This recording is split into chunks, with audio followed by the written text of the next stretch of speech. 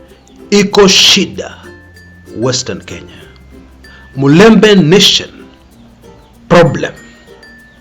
Yeah, because I'm sure many of us have heard, many of us have seen the Kenya Kwanza Alliance campaigns in the Mulembe nation are not going according to plan. Things are going wrong. Now on my show today, I want us to dive very deeply and analyze and investigate why there's a problem for Kenya Kwanza. Okay? And that should be very interesting. Because there are some causes I know many of us would never have imagined. Yeah, you'll be shocked. And then, as I promised, I started this in the last video, I promised to open up to all you wonderful people and to share some of the unfortunate circumstances surrounding the illness and demise of my late dear wife. Yeah, and today I will share some highly sensitive information concerning witchcraft and the way it causes poverty. It's a chain reaction, so that people start looking at their own children as an ATM, automatic teller machine, as something they can use to earn money and get ahead. That I'm sure will be fascinating. Karibu sana and enjoy.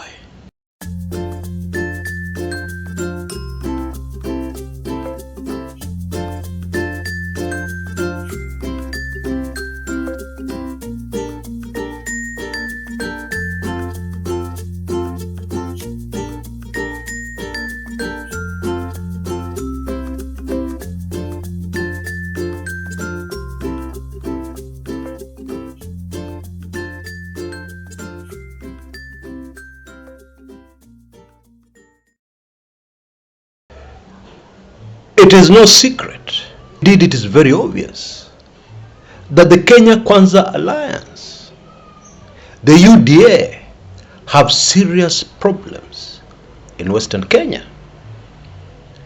Today, I want us to analyze what these problems are. Where are they originating from? What do they mean going forward? What kind of vote harvest will William Samoei Ruto get in the highly populated Mulembe nation? Those are the issues I want us to cover very deeply today. But first of all, a clarification. In my last video, I spoke about diehard Ford Kenya supporters who are ready to go anywhere with their party, even to hell itself. Oh yes. And I said, because of these diehard Ford Kenya supporters, fanatical supporters if you like, William Samoei Ruto will end up taking away some votes from Raila Odinga. Now, many of you interpreted this as me saying that Ruto will win the Mulembe nation. I did not say anything of the sort, did I? You see, as we go forward towards elections, what people are looking for is a feel of the ground, accurate analysis of what is really going on deep in the rural areas, deep in constituencies. And that is precisely what I was trying to give. Then the other point, which I think is very important for people to take note of, a failed rally does not mean that a candidate will not get any votes in that area. No. There are people who have failed completely to hold a successful rally in an area, ended up winning that area. Oh yes, you heard me right. I believe the best example of this is 1997 in the Rift Valley. There are areas of the Rift Valley where the incumbent, President Daniel Toroitich Arap Moi, could not go. And where he dared go, he was always booed. The community was very disappointed with him. They felt that during his long presidency, they had not fully benefited from having one of their own sons in State House. Yeah, and there were a few other issues, yeah, that made the voters on the ground very upset about Moi. But what happened on voting day? They voted for Moi almost to a man. That's politics for you. Yeah. So let's not be quick to jump to conclusions. Let's not be too quick to make sweeping statements. So on to our topic today. What has caused all these problems for the UDA and William Samoei Ruto and his Kenya Kwanza alliance? Yeah. Which includes people who are supposed to be kingpins in the Mulembe nation. Musalia Mudavadi, Moses Masika Wetangula. Yeah. What is the problem? Problem number one, strong political candidates who are not supporting William Samoei Ruto. I think the best example of this is the former regional commissioner for the Rift Valley, George Natembeya, yeah, who wants to be governor of Trans Nzoia and is up against Chris Wamalwa. Chris Wamalwa has been a very popular legislator, but Natembeya is the new kid on the block, and oh boy, has he made waves. If you go on the ground, nobody is singing any other song. Tunatembea na Natembeya. That's what people are saying. And many of these people are saying they are registered voters. And there's little doubt that they'll vote for Natembeya. Indeed, unless something out of the ordinary happens, which is normal in politics, Trans Nzoia County elections, gubernatorial elections, are really over. Kwisha maneno. Natembeya is the governor. That's really what it is. So when Chris Wamalwa of Kenya Kwanza Alliance is promoted, for example, what happened the other day, is promoted by Ford Kenya Party leader Wetangula, people don't want to hear that.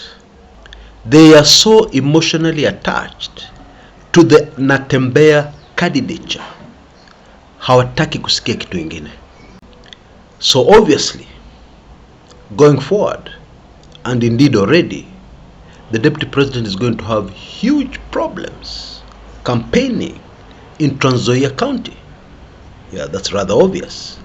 The second reason is the Raila factor. Now, not all of us are in love with Raila. You see, Raila is a very interesting character. The people who support him, they support him to the hilt. The people who hate him, hate him also to the extreme. But Western Kenya, it is very difficult for any analyst to tell us that Western Kenya will not be won by Raila Odinga. This man, this presidential candidate, has always been very popular in Western Kenya. And even the Musalia factor, the Wetangula factor, are not enough, yeah, to dent, let alone stop, to dent Raila's march forward. That is the truth. It seems that the calculation of William Samoei Ruto handlers was that with Musalia Mudavadi and Wetangula in their camp, they could have a great chance of stealing a massive percentage of votes from Raila, maybe even as much as 30-40%. Clearly, those calculations were erroneous. They were wrong. Hiyo hesabu umepata wrong. And one of the reasons why they've gotten it wrong is that you can have a good strategy, you can have a good plan, but in my view, the first thing you must be able to do,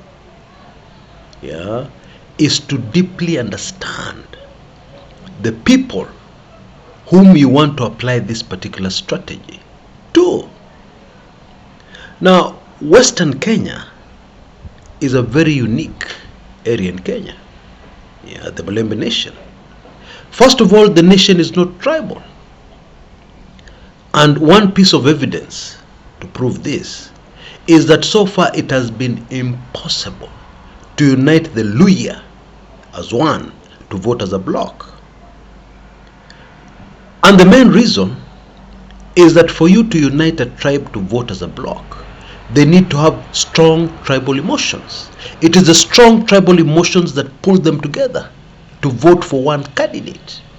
Now, those strong tribal emotions are absent amongst the Mulembe nation.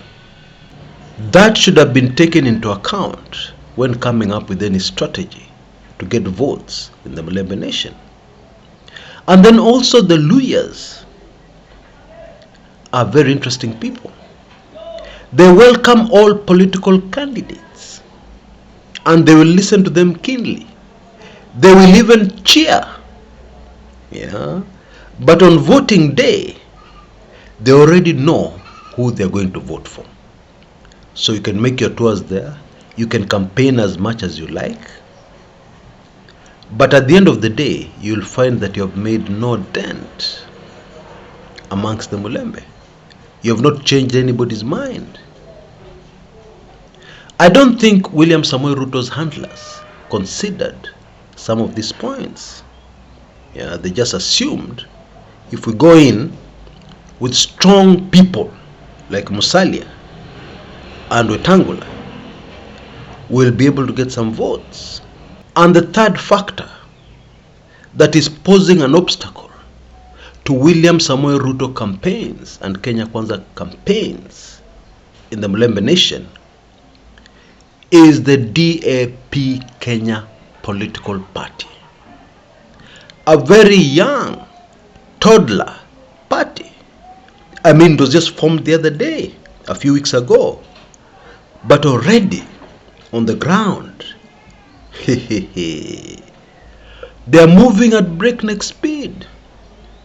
Incidentally, George Natembeya, vying for the governorship of Trans Nzoia, is vying on a DAP Kenya ticket. Bottom line, if anybody was to look into the horizon as far as the Kenya Kwanza alliance is concerned, one can only see dark clouds, a serious storm coming, that will hinder and obstruct William Samoei Ruto from making any headway or any impact amongst the Mulembe nation. Now, before I go, as I promised in the last video, I will try and shed some light into the incident that took place at the send-off of my dear late wife. Now, if you can continue from where we left off, if you missed the previous part of this, just go to my previous video towards the tail end, and you'll get the saga. Now, one of the very conspicuous consequences of witchcraft is poverty. Mention any area in Kenya and even in the world where there's a lot of practice of witchcraft, and you'll see alongside it poverty, very poor people. And many times this cannot be explained. The area is good, the soil is fertile, there is water available, but people are still poor. People still do not take any action, or don't seem to take any action to improve their situation. They're just relying on witchcraft to get ahead. Now, sadly, this is the kind of family my late wife came from. She came from an area which fits this description very well, in Makueni. But as I said at her send-off, she hated witchcraft. She did not want to hear anything to do with witchcraft. And in many ways, her life was very different from many of the other people in her area.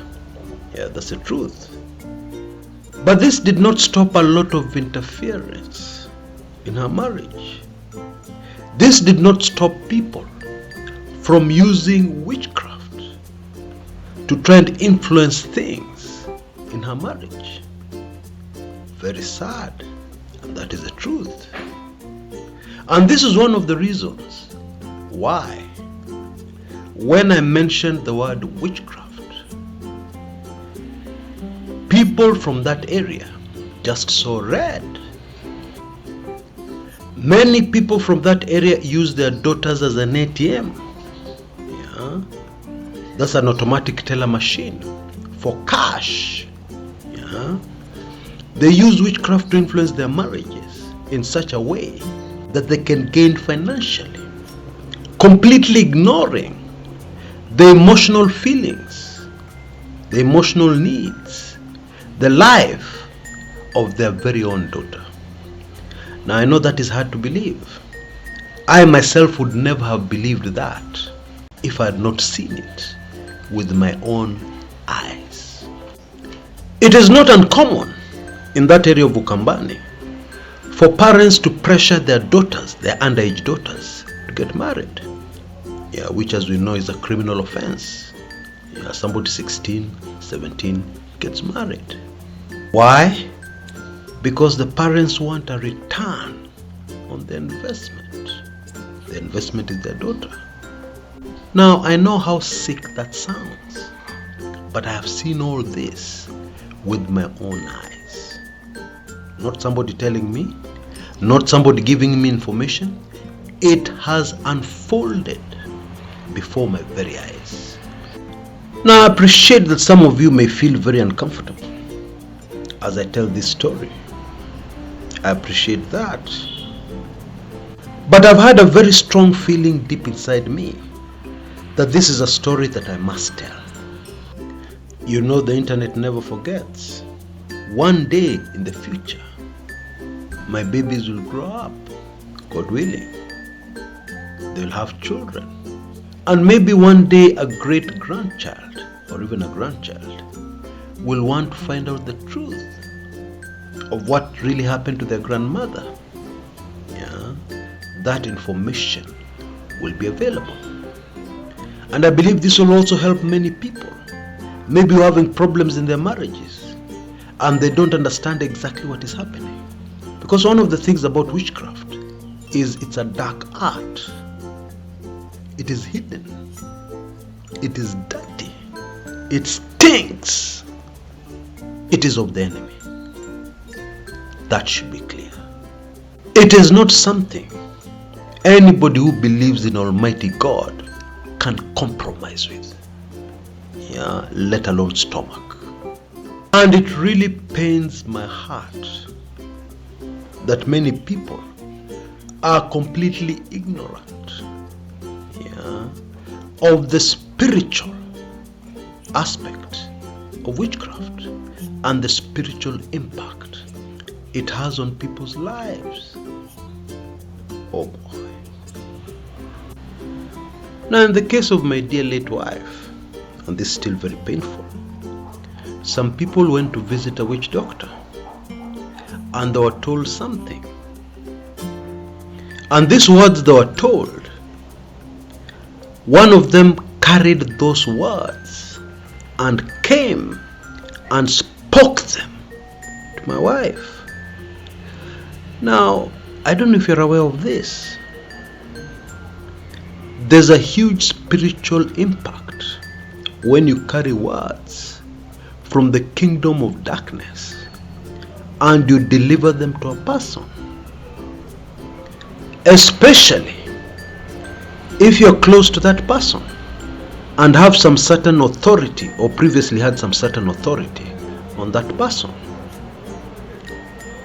That word takes effect. Those words you've delivered, they take effect. And indeed, after this visit, at the time my late wife was only mildly sick and she was recovering. But after this visit, her health just got worse and worse until the end.